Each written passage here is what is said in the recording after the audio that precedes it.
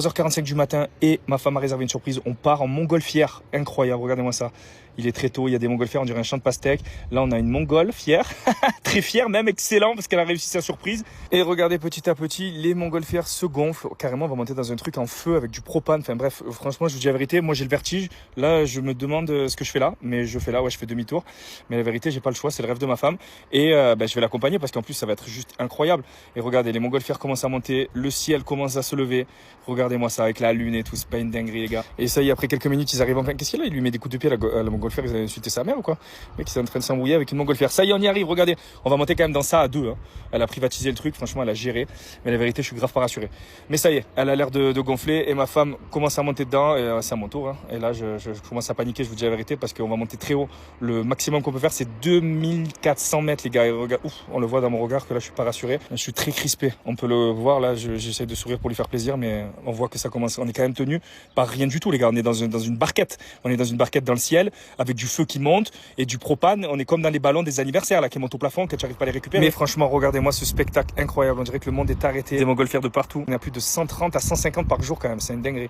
Bref, on se fait des gâtés, des bisous avec ma femme. Je suis toujours pas rassuré. Je regarde le ciel. Je me demande quand c'est qu'on va atterrir. Mais regardez-moi ce spectacle. C'est juste oufissime avec le lever du soleil. C'est incroyable. Et là, regardez.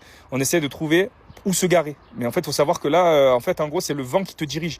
Donc là, on essaie de se garer là, mais on n'est pas sûr. Et là, tant bien que mal, je commence à me dire que voilà, on rentre en vie. Je suis très content. On se tape dans la main. Petit champagne à 7h du matin, démonté juste après. Bref, on a eu un certificat et on est en vie. Et ce petit séjour, ce petit week-end prend fin. Avec ma femme, on est en train de faire tous les rangements des valises. On fait nos derniers soins. On a le temps. Pendant une petite heure et demie là, et après direction l'aéroport. On a une 45 minutes de route, le temps de déposer la voiture de location. Et après, on a 2 vols pour rentrer. Ce soir, on arrive chez nous. Et demain, on reprend le rythme. À 6h, on amène nos enfants. À 6h40, on se lève. Et à 8h, on amène nos enfants, je veux dire. Et là, on se fait nos soins. Ma beauté belle. Après, voilà les gars, franchement, on s'est fait une bonne sieste. On a dormi jusqu'à 10h30. Donc au moins, on repart, on est requinqué, parce que d'arriver fatigué et de reprendre sa vie fatiguée, c'est relou. Là, on part. Je suis en train de ranger toute la chambre. Non mais quand je pars, non mais je suis une malade. Je range tout. Regardez, c'est nickel. Il n'y a rien qui traîne. Le lit, là-bas, je l'ai plié. Voilà. Il n'y a pas un pet de trucs qui traînent. Les serviettes, je fais toujours un tas. Tout est nickel. Ça, c'est ce qui est sale. Propre, non? Carré. J'adore ranger les chambres d'hôtel avant de partir.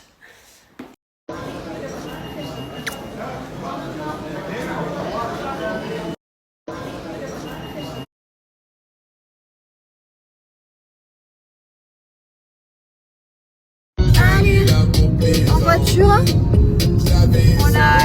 je comprends pas pourquoi l'aller on avait 1h30 de route. Là, on fait 1h30. Combien? 50 minutes et là, ouais. Là on arrive dans 9 minutes, j'avais pas compris comment on a pris le route de foot. On est passé par la campagne à l'aller, le temps on a écouté Waze à fond, là on a en ville, c'est bizarre. Et du coup on arrive vite, après on a enfin voilà, après on va à Istanbul et après on rentre à Dubaï. Apparemment à Dubaï là il fait le mois le plus chaud de mai qu'il a jamais eu, dans le record de température, j'ai vu qu'il faisait 50,4 ressenti, plus de 42 degrés, comme ça, ça fait bizarre. Ça y est, on a attaqué les grosses chaleurs. On va retrouver nos bébés. C'était la voiture qu'on avait, les gars. Elle était pas mignonne cette petite voiturette. Donc, franchement, les gars, d'ailleurs, si vous venez ici, prenez-vous votre voiture. C'est tellement mieux d'être libre partout où on va vous prendre notre voiture. Franchement, c'est trop bien d'être libre, de mettre ton GPS, d'aller où tu veux, quand tu veux, de pas dépendre des taxis, de pas attendre. C'est trop bien. J'ai rien parce que j'ai tout le monde qui m'a envoyé des messages, des amis à moi, la famille, tout le monde m'a dit punaise, je veux trop aller dans ta destination, c'est quoi ce délire? Il y en a plein qui ne connaissaient pas. Dites-moi en commentaire si vous connaissiez vous ou pas du tout. Mais pour moi, ça fait partie des plus beaux spots du monde pour faire de la montgolfière. Et franchement, aucun regret d'être venu ici. Alors après 3 jours ça suffit pas. Parce qu'après franchement aujourd'hui je sais pas ce qu'on aurait fait de plus. En vrai de vrai, donc 3 jours c'est parfait. J'ai l'impression qu'en Turquie, toute notre vie on court. Tout le temps dans l'aéroport, ils sont toujours en retard. Leurs avions, c'est abusé. Chaque fois qu'on prend Turkish Airlines, c'est la merde. L'année dernière c'était Antalya, la fois d'avant pareil. C'est un carnage.